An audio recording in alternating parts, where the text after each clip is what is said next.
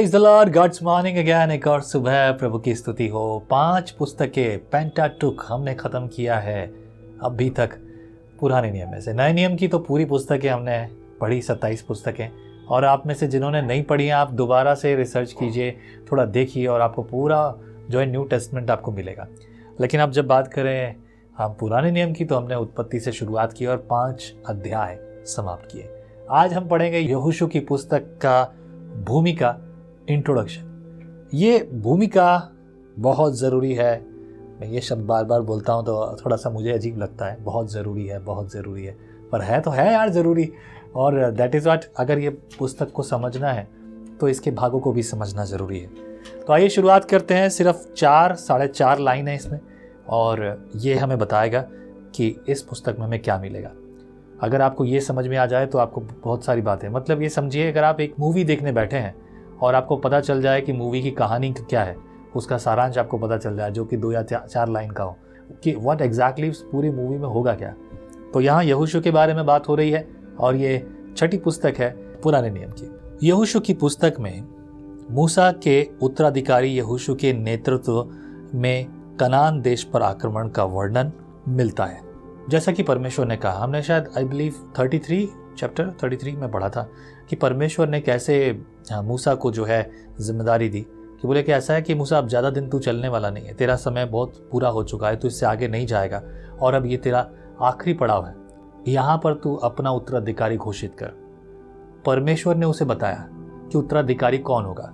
Normally हम ये decide करते हैं हमारी सारी बातों के लिए, लेकिन कैसा हो कि आपका उत्तराधिकारी या किसी काम या किसी व्यवस्था के लिए आगे कौन नेतृत्व करेगा उसके बारे में परमेश्वर बताए। भारत की एक बहुत प्रचलित कंपनी है, मैं बहुत ज़्यादा नहीं जानता, हो सकता है मुझसे गलती हो, लेकिन मैं इतना जानता हूँ कि टाटा जो कंपनी है बहुत प्रचलित है। जब भी मैं टाटा के बारे में सोचता हूँ तो मुझे बहुत फ़ख्र महसूस होता है। और टाटास ने जो भी काम किया है, आज भी जो हमारे बीच में टाटास हैं, उन्होंने बहुत बेहतरीन काम किया, देश की उन्नति के लिए बहुत काम किया। ये इम्पॉर्टेंट बात जो समझने की है वो ये है कि हम देखें कि किस किस रीति से परमेश्वर ने अपने लोगों के जीवन में काम किया। ये समझने वाली बात है।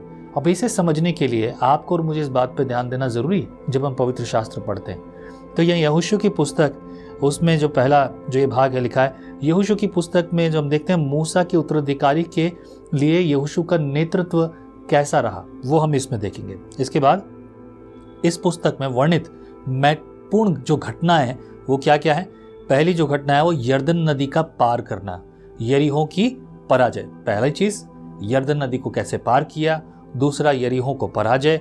और फिर ए का युद्ध। ए एक जगह का नाम है, नगर है, शहर है, उसका नाम है ए, वहां का जो युद्ध है। तथा इसके आगे लिखा है, तथा परमेश्वर और उसके लोगों के बीच बंधी वाचा का नवीनीकरण। दोबारा से उस वाचा को जो है परमेश्वर बांध रहा है, व्यवस्थित कर रहा है। That is one of the important thing. लेकिन क्या इसका वाकई में एक बड़ा फायदा मिलेगा?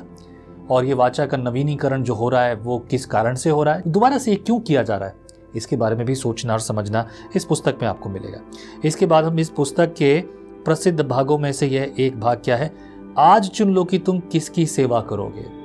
आज चुन लो कि तुम किसकी सेवा करोगे, इसके बारे में भी प्रभु का वचन हमें बात कर रहा है। कारण क्या था कि ऐसा मौका आया, आज चुन लो, परंतु मैं तो अपने घराने समेत यहोवा ही की सेवा नित्य करूंगा। Hallelujah, that's a beautiful thing. ये 24 अध्याय के 15 पद को जब हम देखेंगे तब यहाँ मिलेगा हमें, जैसे कि यहाँ लिखा है। और क्यों, क्या, किस लिए, दैट इज इम्पॉर्टेंट। आमीन। तो प्रभु आपके साथ हो। अगली सुबह हम जब मुलाकात करेंगे तो प्रभु के नाम को महिमा देंगे, मिलकर प्रभु की स्तुति करें। प्रभु आपकी और आपके परिवार में बहुत से अनुग्रह और आशीष के हाथ को रखे, आपके जीवन में कार्यों को करें। ये धन्यवाद का समय है कि हम एक नई शुरुआत फिर से कर रहे हैं। आमीन। प्रभु आपके साथ हो। जय मसीह की। जिंदगी कितनी भी व्यस्त क्यों ना हो, पर हमें हमेशा हमारे प्रभु के आगमन के लिए तैयार होना होगा। We will bring biblical truth for you on Visionary Radio and TV। पूरे दिन हम बात करते हैं, कभी इससे कभी उससे, न जाने किस किस से। आओ हम बाइबल से बात करते हैं, विजनरी रेडियो और टीवी पर।